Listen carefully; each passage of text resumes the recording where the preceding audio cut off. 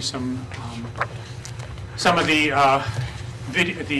government channel equipment was fried in the storm recently, and so a lot of what's going on tonight is live feed.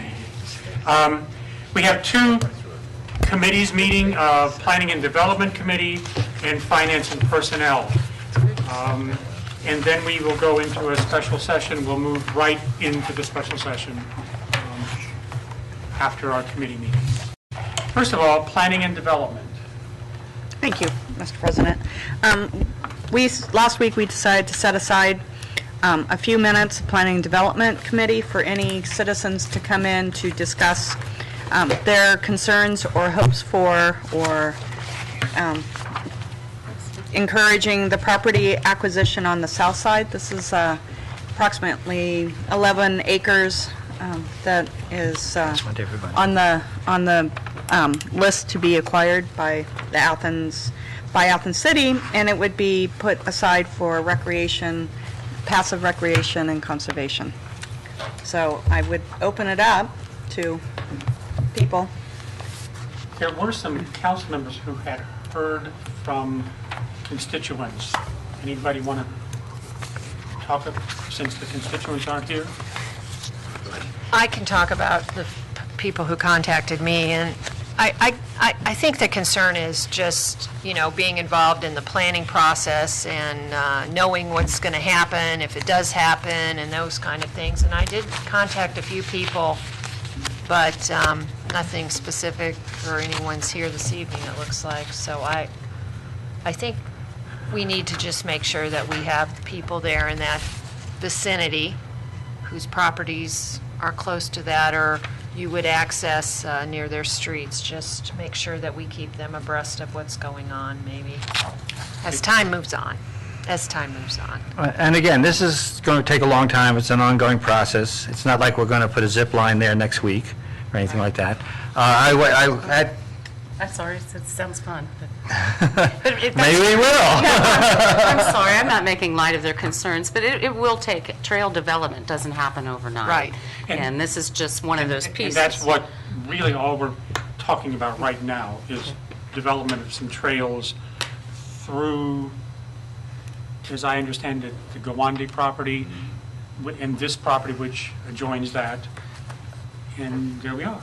That's where we are. And we have that missing section to connect it to Camp Rotan, so it's kind of an overall planning event that's occurring through the Arts, Parks, and Recreation Master Plan. Okay. Thank you. I just wanted to comment briefly that in the dialogue that I had via email with a Southsider, she just was expressing concern about the slip-prone nature of the area. And she wasn't opposed to the idea of the city acquiring the property and working towards a park system.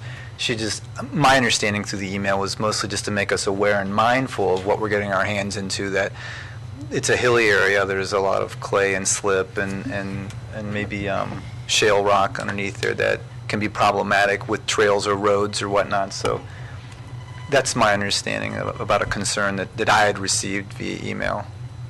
Thank you. You had heard from at least one constituent. Well, I think we're all talking about the same constituent. I'm not. Okay. At least I think Kent and I are. The objections seem to be, as you say, could it be developed? And to me, when you're talking about slips and slides and that sort of thing, it's like you're going to build structures there, and the structure will just simply go down the hill like Monticello did. But I think if we're clear in what we're planning on doing, that it is going to be essentially just left intact as nature preserve, as green space for conservation purposes, and for I think it's a great carbon sink. It's forested. It eats carbon dioxide. So why not just leave it that way? Let people walk around it and enjoy it, and let's proceed with it. But that's been the only person I've heard from. Steve?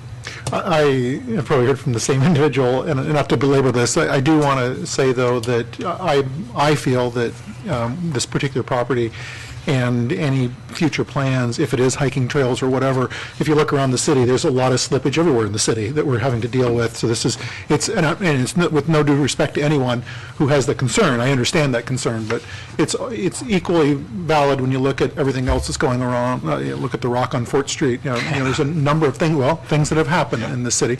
And Sells Park is another example where it's nature hiking trails. There can be and have been slips up there as well. But it's, the impact is not as great as Monticello or something like that, where you have an entire apartment complex sliding down the hillside. I just want to add one thing, is you bring up Sells Park. I don't think anybody could have foreseen how Sells Park was going to evolve and develop into the thing that it is today, which I think is just great. It starts out as a small parcel, a pond, and then it just sort of ballooned from there, and suddenly, we're connected to Dow Lake. And I don't think... And many, many people. Right. No one could have foreseen how that was going to evolve. And I think the potential for this south side green space is the same. It could go that way. Yeah. Be aware, of course, that, this is for a long term. Sells Park developed, I don't even know when Sells Park was actually incorporated as part of the city, but it's taken many years. I mean, it's at least, as long as I've been here, Sells Park's been there as a small footprint, but it's taken years to grow and link to Strauss Run. We are very cognizant of the fact that recreational space is always a premium. You just have to go down any weekend on West State Street Park to see that. We're always trying to improve it. We're trying to have a spectrum of primitive parks and more sophisticated parks.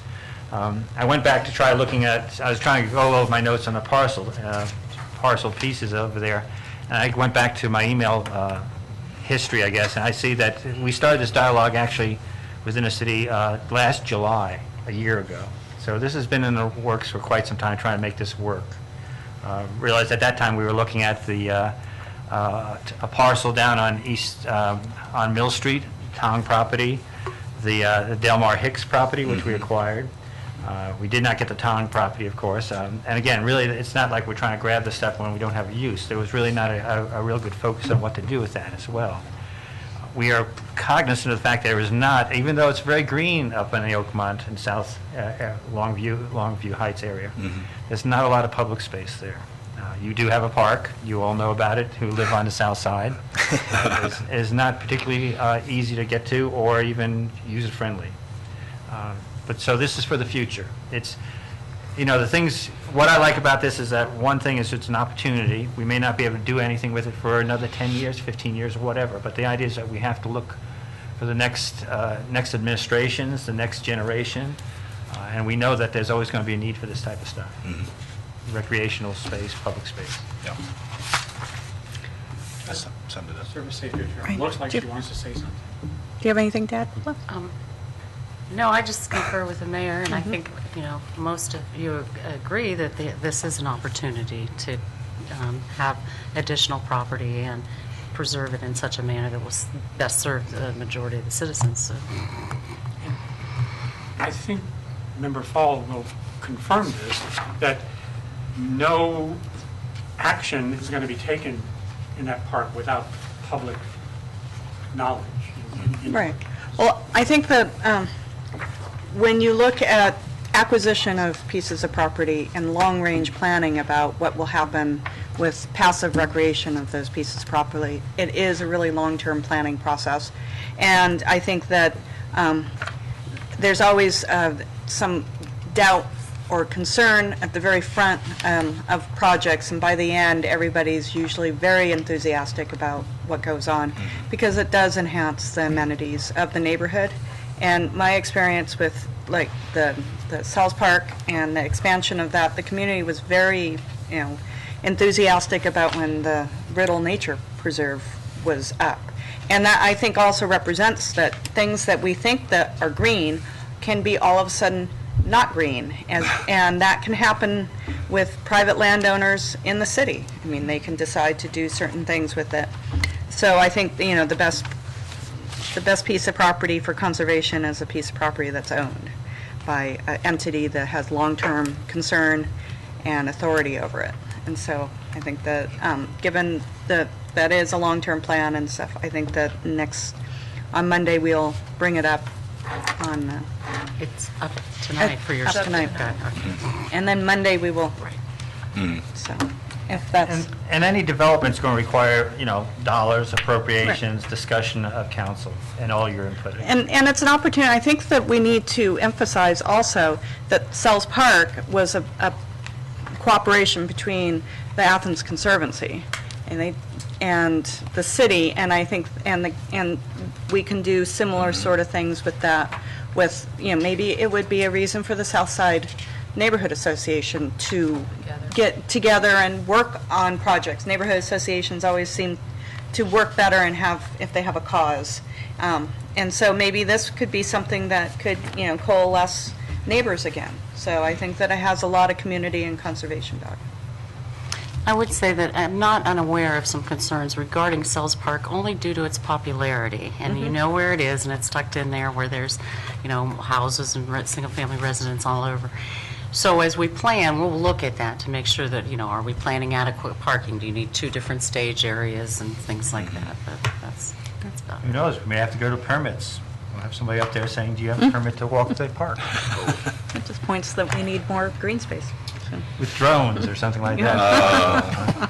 Are we pulling up? Enough, okay, I'm done with that one on, it's gotten, We can I don't host, have any miscellaneous, though. The only miscellaneous. Michelle has some miscellaneous, so would you like Well, to? I think several of us have some miscellaneous in terms of discussing something that the county has been discussing, which is electric gas aggregation. So I think we just need to have some conversations. Back in July 20th of 2009,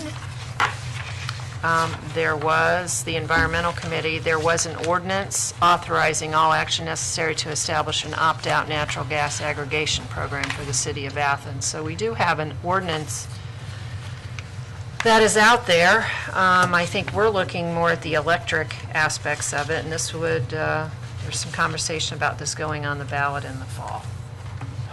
So Can you briefly, can we talk a little bit more about it? Essentially, in 2009, Elihu Gosney, environmental chair, early in 2009, he brought forth 0709, an ordinance to put on the ballot for gas aggregation. It's an opt-out system. In other words, you have you've got 2 systems. One is to opt in, the other one is to opt out. Opt-in is, in other words, we say, we're going to aggregate the gas or electricity for the city, come and join us.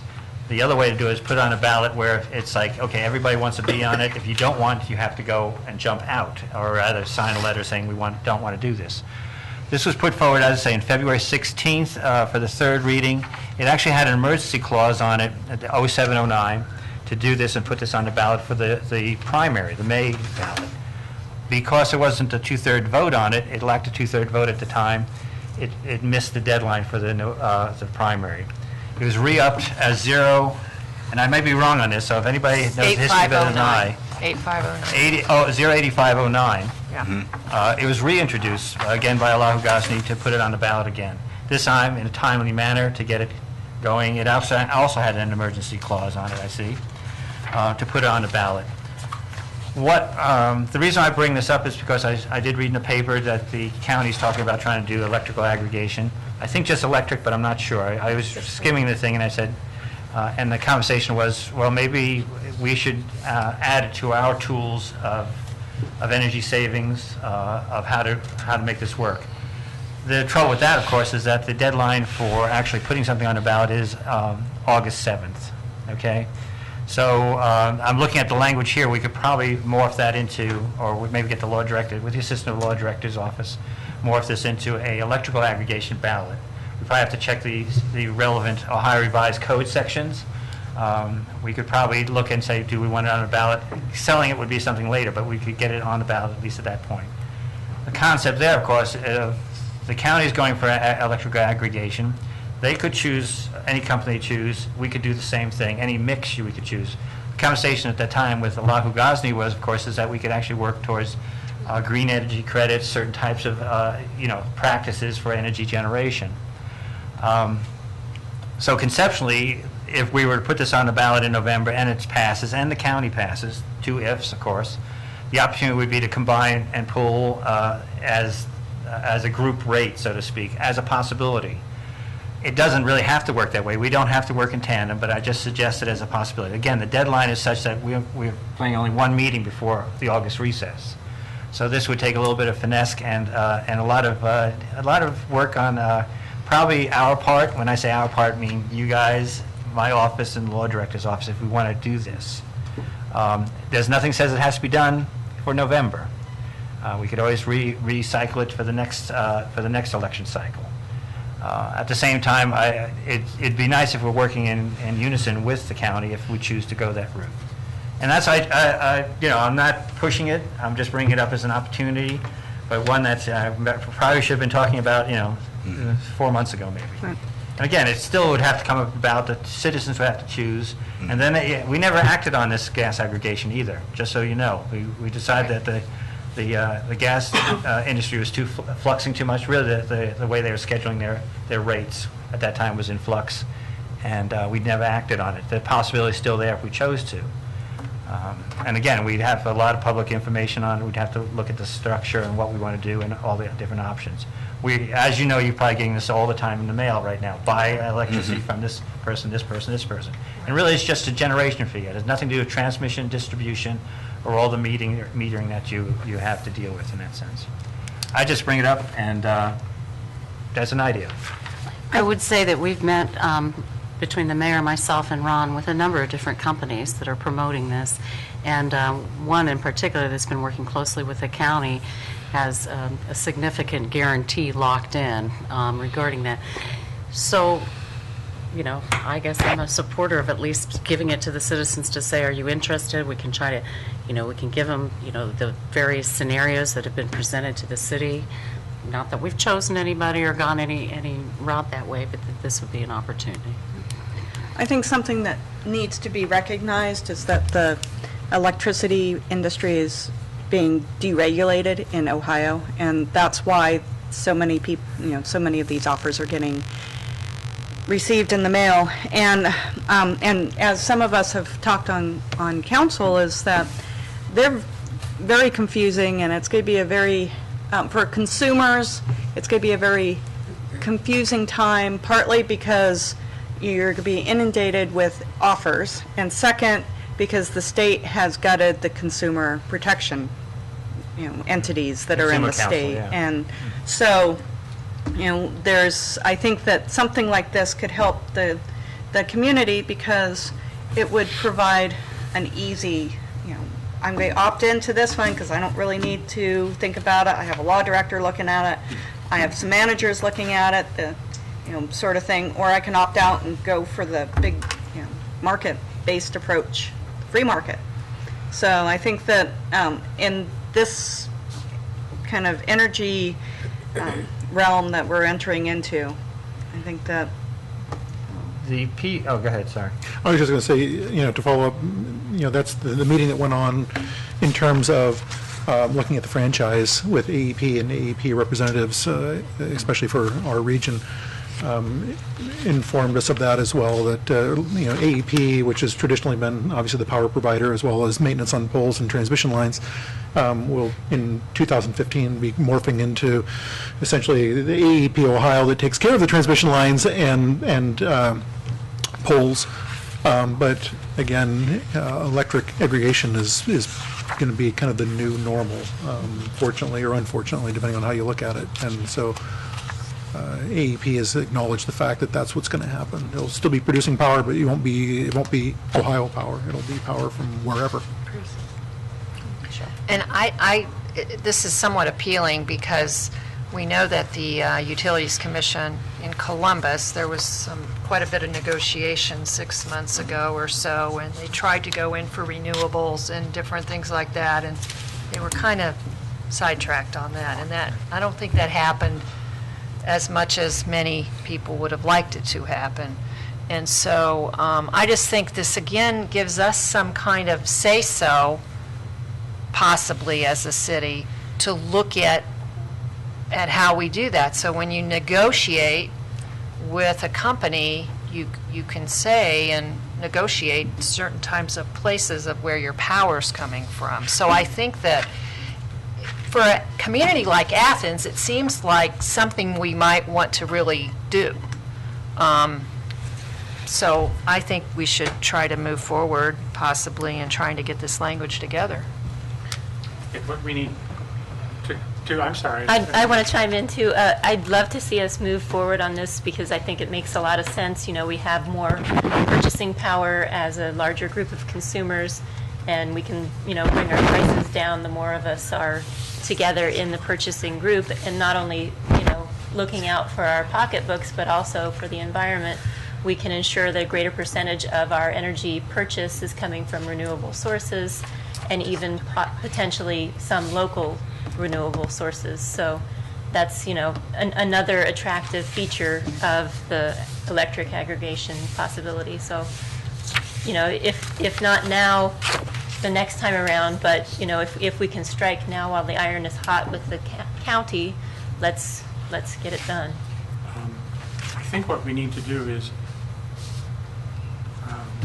Member Fall, your committee has to concur to have it up before the full council next week. Next week. And then next council will make their decision. I think that what I would suggest doing is put in front of Pat Lang and see how quick he can turn it around. When he wants to, he can turn it around. I'll also try to get you some scenarios, so just Right. from different companies that, Right. you know. Well, I think that getting it on Monday and getting it by the August 7th deadline gives us more opportunities, because if we don't, I mean, it's the August 7th deadline, you know, we can do more information dissemination afterwards Okay. and stuff, Sure.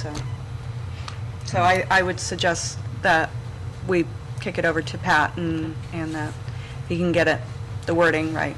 I think you need a motion from your committee to put it forward now. Or just- Well, no, I would just put it on. Okay, it's not necessarily you're ready to go, okay. Yeah. We ready? Okay, I'm ready to go. and again, Yeah. really what if you talk to the one-on-one as a residential consumer, that's a different system than working as an entity like a city right. versus a whole city. I mean, Oh, the yeah. conversation we're having is, actually, at this point, is most of the time, us as, you know, our City facilities. entity. Right. With the conversation of having to do the opt-out system as well. Right.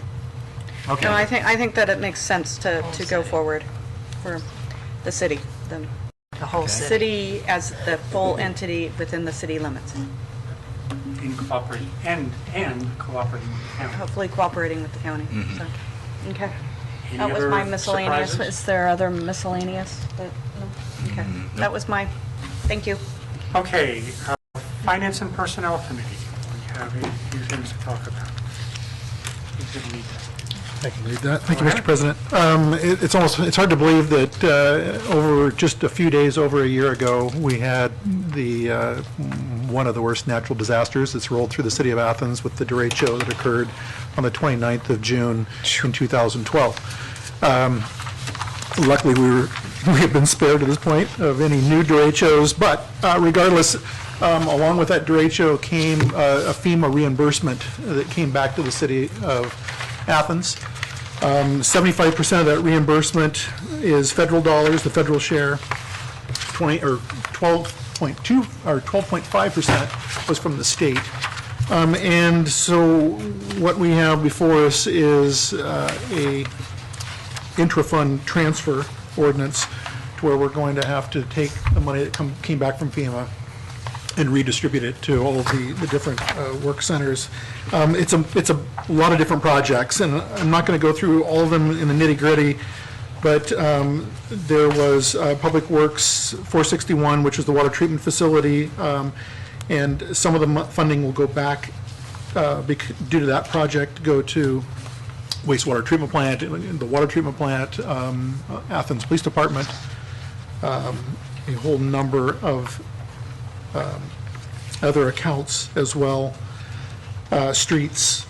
There's also Public Works 933, which is debris removal within the city after the derecho. Streets, water, and rec will receive a portion of that intra-fund transfer.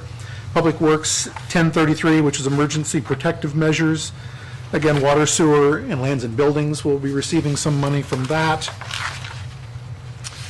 As well as wastewater treatment plant, water treatment plant, streets, Athens Fire Department, Police Department, and then there was Public Works 974, which was permanent repairs.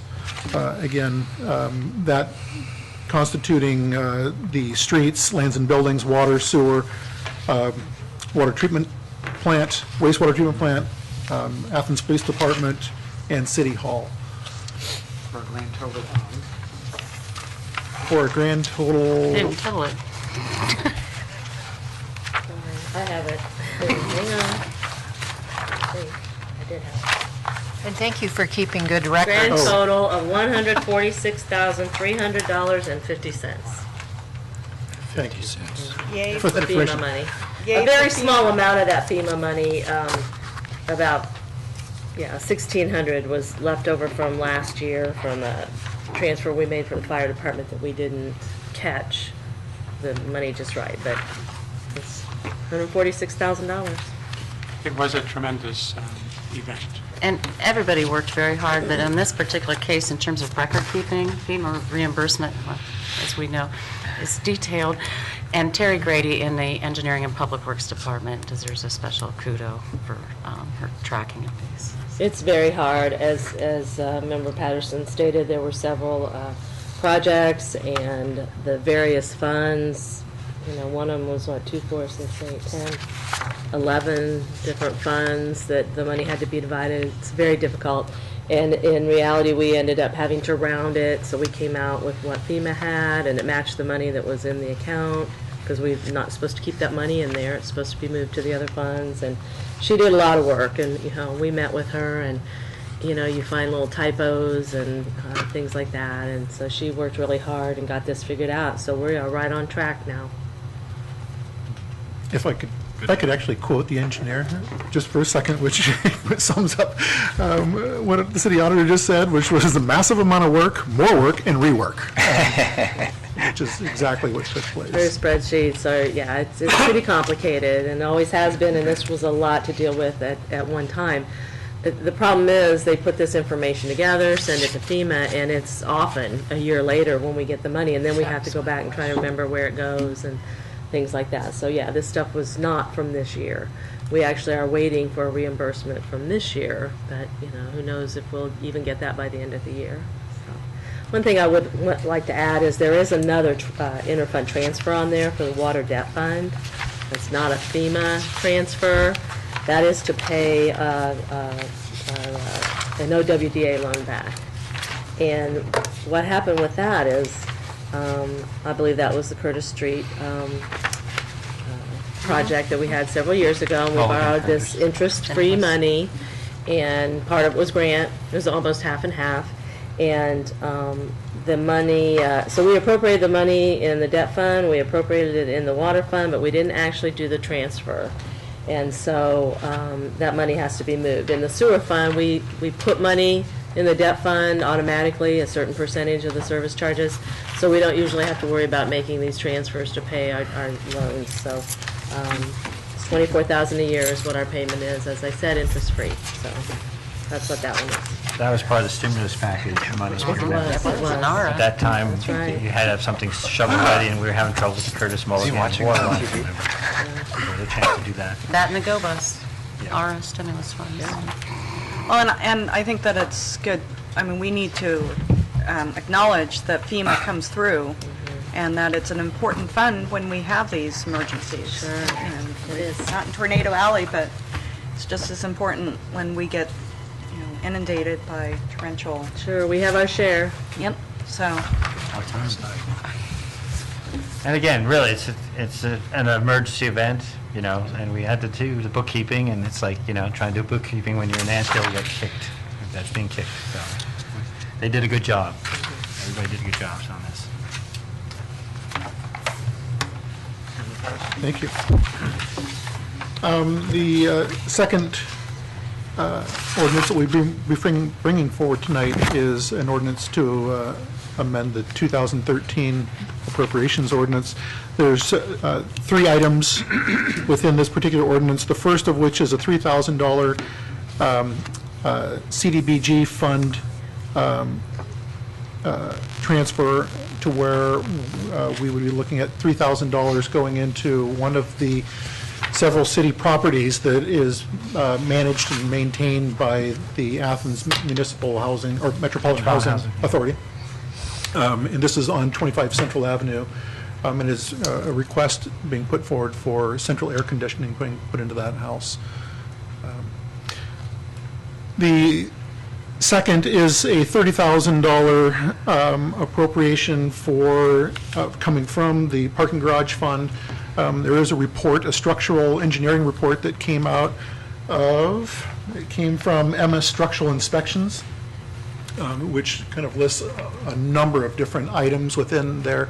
There's a couple possible courses of action given this particular report, which is extensive in nature.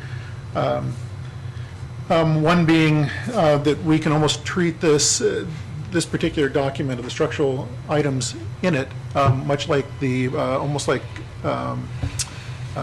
Perfection Group, where it was kind of a list of different things, and we could kind of a la carte look to see what should be done, what can be done, what do we have money for, so on and so forth, as being one option. So to look at the report and see if what seems to work the best. Another would be to have a bid go out, or bids go out and have the whole thing done in one fell swoop to where everything's done, which, as I understand it, we'd be looking at a very large sum of money, $260,000 or more for that particular, to have that all done at once. And the third would be to have kind of a reassessment of this particular engineering document to see how it matches with previous ones. As I understand it, the choice, at least the best course of action at this point in time, would be option number one, which would be to have kind of an a la carte way of going about doing the repairs with the parking garage. But again, the $30,000 being for the assessment, or at least the engineering portion. Design engineer. Yep. Essentially, about 2 months ago, 3 months ago, some piece of concrete came off the parking garage, spalled it off. The company that put some of it up and adhered it, actually, originally about 2 years ago, is going to look at it, but at the same time, we had MS Consulting looking at this. There's not a dollar amount on how much it would cost to do this. We need to do a little bit more granular, I guess is the term these days, study of this, so we can have the dollar amount. Probably about 10, 15 years ago, we actually did spend money. It was before my time on council, I believe, spend money for a serious upgrade and rehab of a parking garage. We went into debt on it at the time. The hope is that we don't have to do that, but it depends on what the results are. The consultant actually shows quite a few things that need to be dealt with over time. And just to sit there and let it get worse is not an option for me. We have in our certified resources unappropriated about $300,000. It is, of course, it does generate its own capital coming in because of the meters. So I want to get a good, clear idea of what we need to do first and how much it's going to cost, which is why I'm asking for the money to actually do the study if need be. We're still looking at options. Again, we're going to have the company come in and look at the parts that fell off and say, yes, that was our work, or not. Some of it is, some of it isn't, and we need to look at that. On the other hand, there are other issues that have to be dealt with. We want to maintain our structures, and it's an important structure to maintain, as you know. The third and final item, again, under this amendment, would be for the appropriation ordinance for 125-12 to further be amended to decrease the internal services fund 865 TC 100 by $30,000, and increasing the TC 200 300 by $10,000 and the TC 500 by $20,000. And this is to transfer some money from the, this is internal services for the IT positions. Since we don't have an IT person right now, we're saving some money along the way. At the same time, we've contracted with outside services for some of the maintenance, and we're cognizant of the fact that we need to invest some in the hardware, which is, so the TC 200, 300 is professional services, TC 500 would be for any capital needs. And again, this is always ongoing. Normally, we usually spend about $20,000 a year on computers. Hopefully, we won't have to do it all at one bunch and require more, although I see there's another note here about finance and personnel as well. Miscellaneous. And we have a miscellaneous. So is that my segue? There you go. Well, prior to this evening's meeting, Scott Thompson approached us regarding some recent failures in the video server last night, likely as a cause from the recent storm, which was pretty powerful. I know it woke us up at our house. So having said that, the Nexus video server is responsible for all long-form video playback, including all live meetings. So the initial effort looks to to see if we can get it repaired and send it in. And then if that's not repairable or if it's inoperable, then we will look to replace that with the cost for that around $11,500.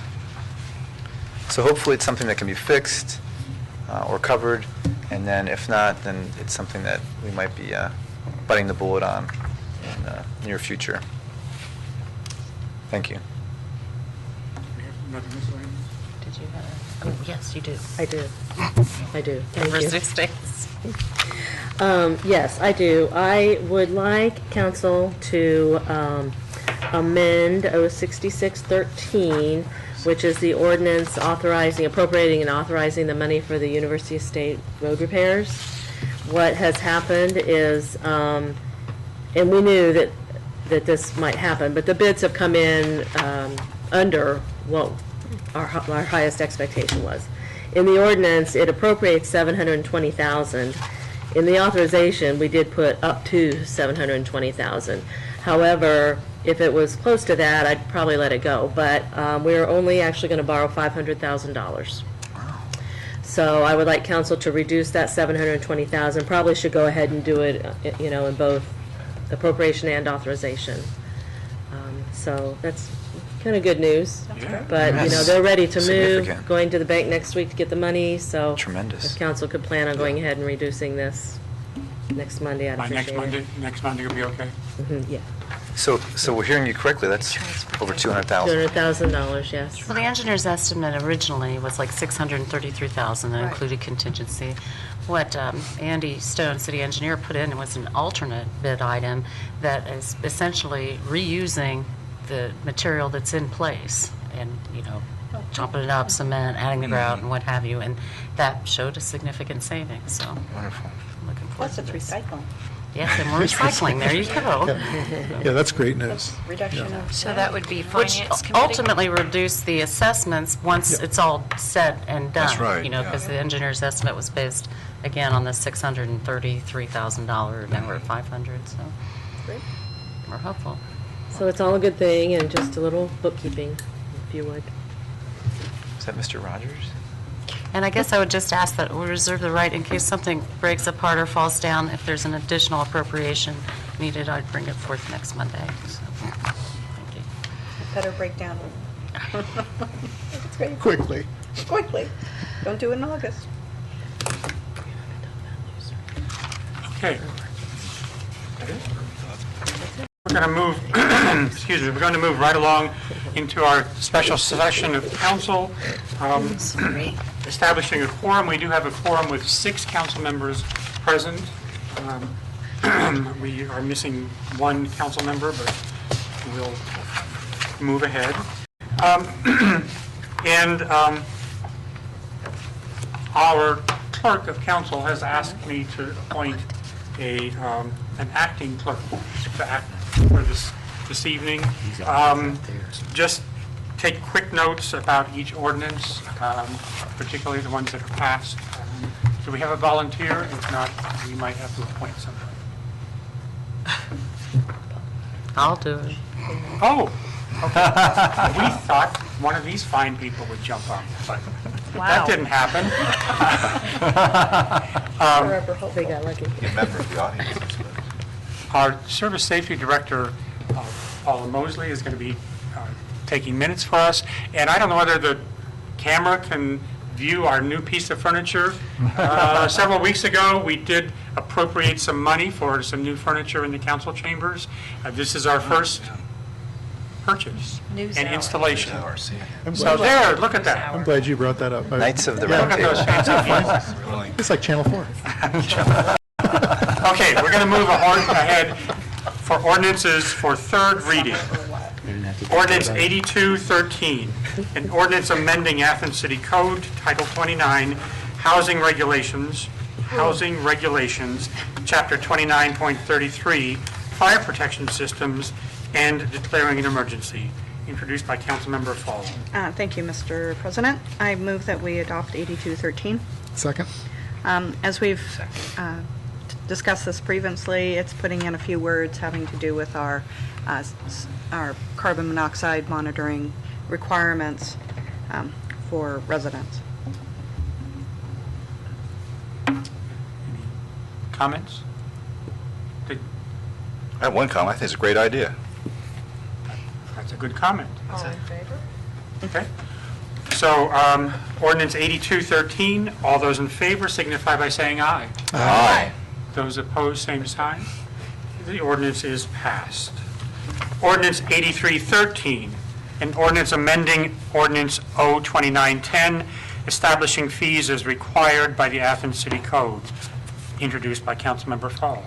Thank you, Mr. President. I move that we adopt 8313. Do I hear a second? Second? This amends city code by putting in the fees for the stormwater management system that we are installing in the city.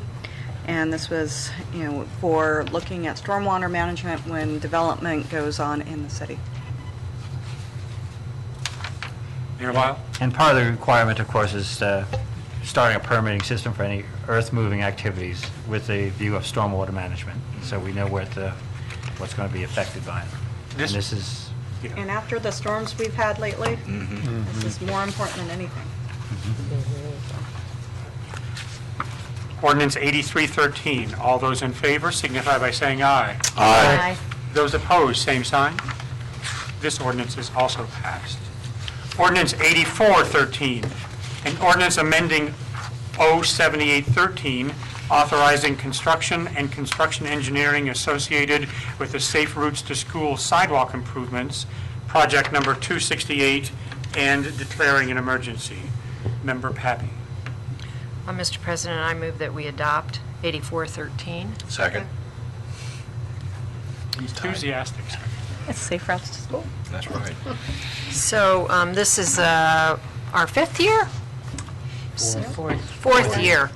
Fourth year for receiving these grant sidewalk improvements. And I know I've had a couple questions from people when they say, well, why can't we get our section of sidewalk? And this is very specific to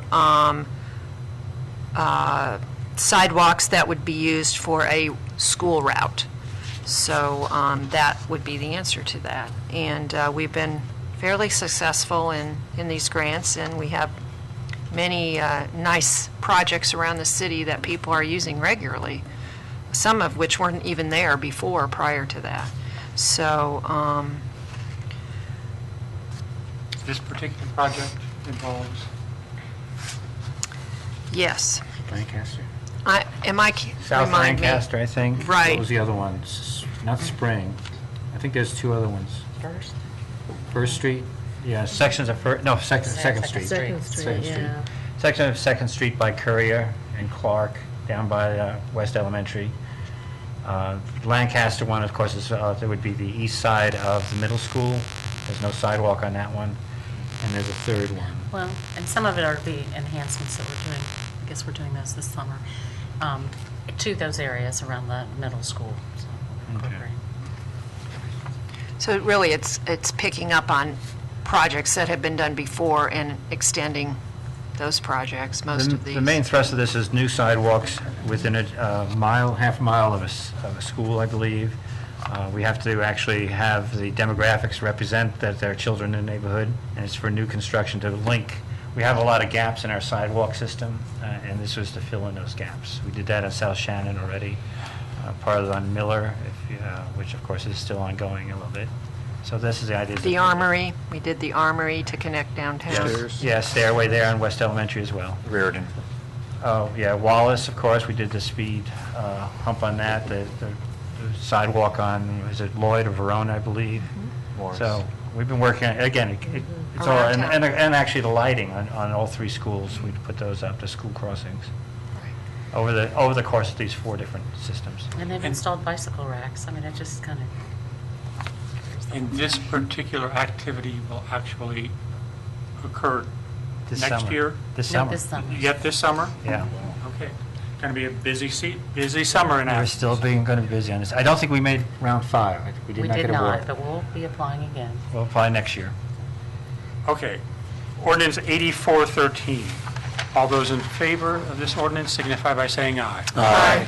Those opposed, same sign. There you go. This ordinance is excellent. We're moving on to second reading.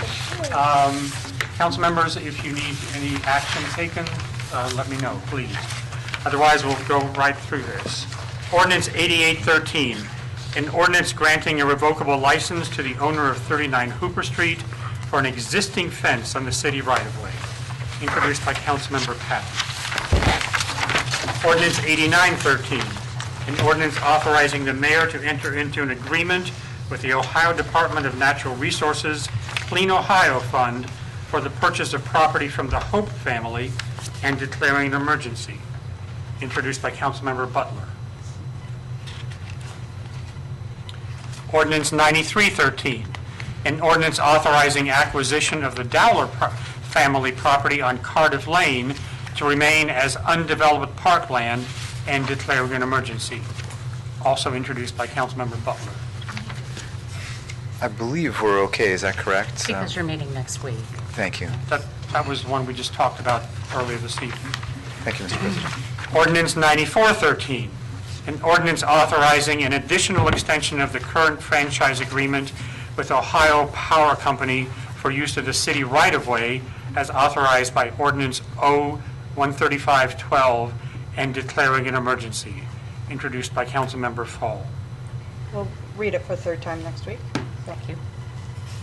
Okay. We have some ordinances for first reading.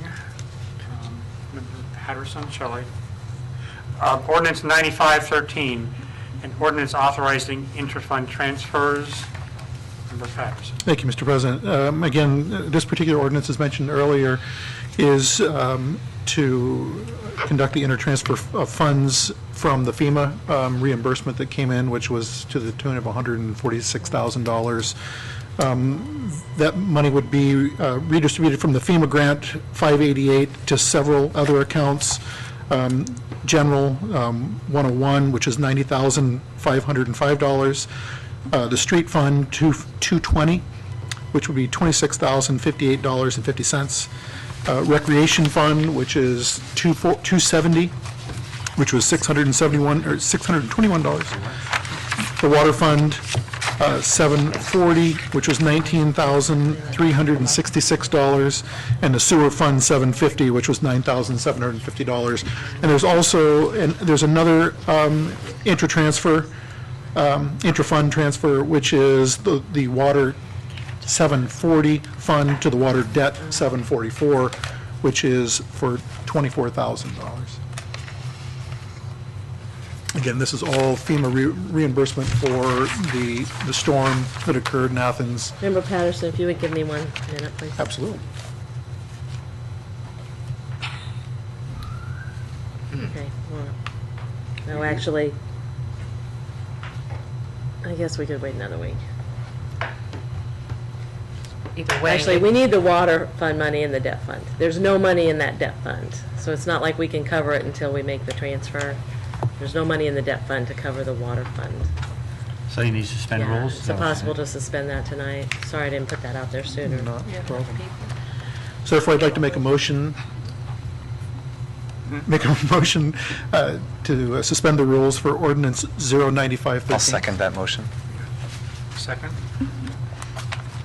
Member Patterson, explain why again the auditor asked for this. It's due right now. If you don't mind. As I said, we kind of missed that one. The money is appropriated to be transferred. It's appropriated to pay the debt, but there's no money in that fund until we make the transfer. So So it's broke. So is there an emergency clause as well? On appropriations are automatically effective immediately. Okay, ordinance 9513, we have a motion and a second to suspend the rules. All those in favor of suspending the rules signify by saying aye. Aye. Those opposed, same sign. Member Patterson, the rules have been suspended. Thank you, Mr. President. Again, without going back through the whole list of money transfers, again, it is a transfer from the FEMA reimbursement from the storm of 2012, June 29th, the derecho. And I will And second you're to moving move. to, Oh, thank you. I'd like to make a motion to adopt ordinance 9513. And I'll second that move, okay. motion. Ordinance and a second for ordinance 9513. All those in favor signify by saying aye. Aye. Those opposed, same sign. Thank you. Thank you. Sorry about that. Pay that back. Okay. Ordinance 9613, an ordinance amending the 2013 appropriation ordinance. Also introduced by Member Nisley, and I think Member Patterson is going to do this again. Thank you, Mr. President. Let me ask, is there anything in here that needs to be suspended? Because there is Well, three. it will next week. Right, we need it on the Fair enough. second reading, but, yeah. There's three components to this particular ordinance. Again, a $3,000 appropriation from the CDBG fund, 248 for an air conditioning unit at 25 Central Avenue, one of the properties that the city owns and the Athens Metropolitan Housing Authority manages. A $30,000 appropriation from the parking garage fund, which is 730 TC 300, again for a comprehensive analysis of the repairs required at the parking garage itself. And then finally, the 2013 appropriation ordinance 125-12 to be amended to decrease the internal service fund 865 TC 100 by $30,000 and increasing the TC 300 by $10,000 and the TC 500 by $20,000 for, again, a portion of it going to investment in hardware replacement. Any further questions? Pat, Rizzo, you were... I'm just trying to picture the house, that's all. Oh, on Central Avenue? It sits back. It's actually an accommodation, and I commend you for not mentioning anything, but it is an accommodation for the individual that is Right. living there, so. It's near Central Avenue Elementary School, on that same It's on side. Central by West Elementary School. Yeah, on that same side of the street.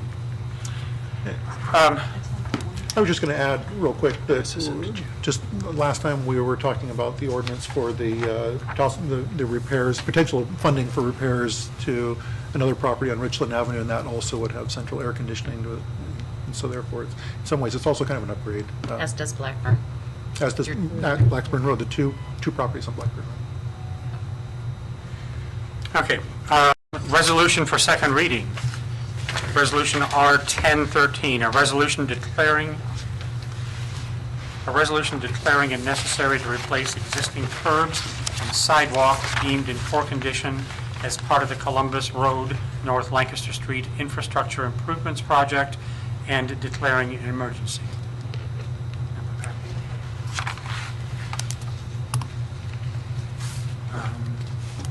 One of us. Remind people about lunch. Yes.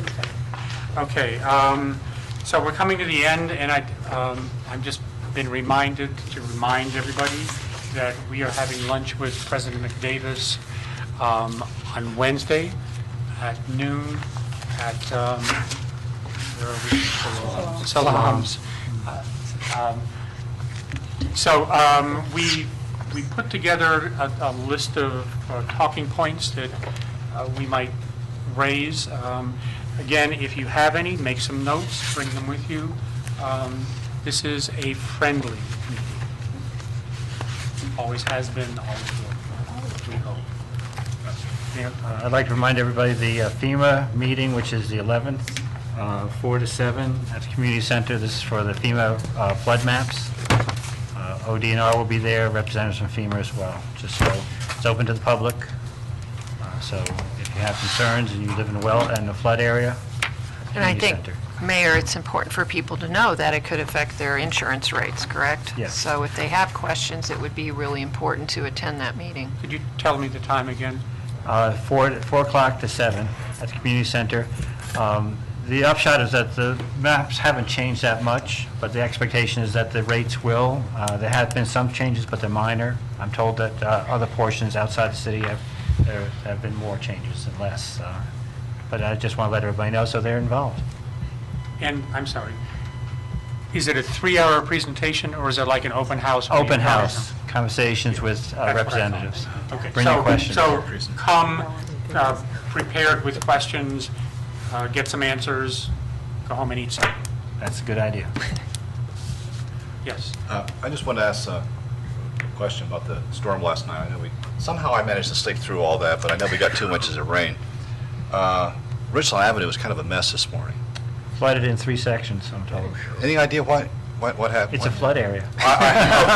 You know what I mean. It's a FEMA I mean, flood area. the coach run capacity is what it is, and Okay. it far exceeded that and exceeded on that. The crews are out all day out on the south side, and they are returning tomorrow. But it wasn't something like a shopping cart got stuck in the sewer again or something? You'd be amazed at what we find. Did you put one in there? No, not this time. Okay. Also, the soil is very saturated right now because of all the rain we've been getting, so. We had a tree go down near our property, right out of the ground. Really? Rooted. Yep. Down. But if someone from the south side still feels that there's something adversely impacting No, their I just property, got they're coming back out again tomorrow. A couple of emails this morning about, why and stuff like that, and I said, well, I honestly don't know, but I would ask someone who... I've lived in Athens a long time, and I've lived on Richland Avenue, and I've had family live on Richland Avenue. Every 5, 6, 10 years, this happens, unfortunately, but the Well, we're hoping in capacity of Coach 2014. Run, Happened when I lived there in the 90s, so it's been going on for... yeah. That's correct. The Richland Avenue south of the roundabout project will improve some, but will not be able to change the course of the waterway there. So I think that also adds to, when you talk about stormwater runoff, the importance of knowing what your plan is and those long-term plans, so when you take off tops of hills and pave them, that only adds more runoff into a valley. And Member Patterson. Yes, well, speaking of which, I just wanted to ask, did law enforcement or anybody identify this area? Because as I've driven through, the amount of debris, to me, it almost had the appearance of almost being a flash flood. It came on so quickly. It The is. downpour It last is. night was very extreme, and in my mind, I'm just curious as to whether Richland Avenue had effectively been shut down at any point in time. Well, the fire truck throughout the still night. had to run, and Sure. and that was put it at jeopardy, but it did. Sure. So we're in discussions now about giving a back entrance to the fire station on Station 2. Onto Hickory. Yeah. Now, mind you, they'll get down there and still have to drive through water, but Yeah, they just have to drive down. And it is considered a flood zone, but it's not a riverine, but more a flash flood zone. And there's a distinguishment. If you look at the natural hazards mitigation plans that are out there, you have both events occurring. Most people see them out in the countryside in the creek areas where you can have come up and go down real quick, but and we've got the Hocking River, which will take time to develop, but we actually have Coates Run, which will do it pretty quickly. Yeah, just looking at the debris this morning, again, it had all the telltale signs of being a flash flood that had occurred right down Richland Avenue last night. It was, again, I remember one time being on Greenbrier Laundromat there, watching mulch bags from the Speedway Right. come down Richland Avenue. and manhole covers popping up out of the ground. I've seen that I've too. seen that as well. Yeah. So, again, these are natural events, but we try doing the best of the force of mitigating. water is very strong. I have one other comment, or just maybe you could add to this. I guess someone made a comment, several people have made comments about our fireworks and the safety with traffic flow as people leave, and fireworks going off in parking lots and those kinds of things. And I wondered, Safety Service Director, if you could respond to that. we talked about it at staff this morning. You know, the chief stated, even if he had his entire force in there, it would not have changed much in terms of the traffic routing. The 4th of July, you know, our 3rd is well attended. I met somebody who was from Waverly, you know, coming over for this. And they've devised what they deem as the best pattern. If you're this side, you're going out, you stay to the left. If you're not, you're going to the right. So, So were there were there officers out there? yes. Oh, yes. Yes, so there were officers out there. So that, I think that's the important point, that you are doing traffic control and trying to Traffic move people. was very controlled. As Right. She said you had to go had to this go. way or that way. You couldn't So- negotiate. But you can't have one of these events without having traffic back up. I We- mean, I think some people comes get with used it. to being in Athens and we have our little rush minutes and, you know. And frankly, to alleviate it would have been forcing more people to go east. Right. And maybe that's something that we will do. And I'm not sure if you're aware of, but Route 50 is packed with cars on both sides of Yes, the I do. road, which is, you know, I mean, unfortunate. they cordon off the one area so that there's no one in the fire zone, but, you know, the State Highway Patrol has been willing to allow that. Right. And if we didn't allow that, those cars would all be over on East State Street.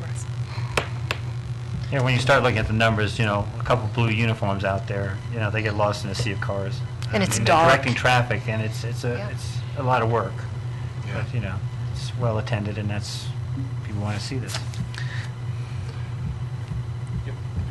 I just might want to add on a thank you note again, I know the weather wasn't as cooperative this weekend, but I think it's a great service that we offer, the free pool, again, over the holiday weekend. It's a nice service, and I applaud, again, the city's collective efforts to do what we can for the community. So I think it's a neat feature.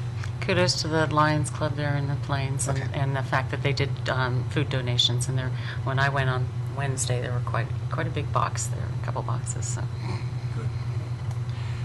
We're going to call this meeting adjourned at 8:06.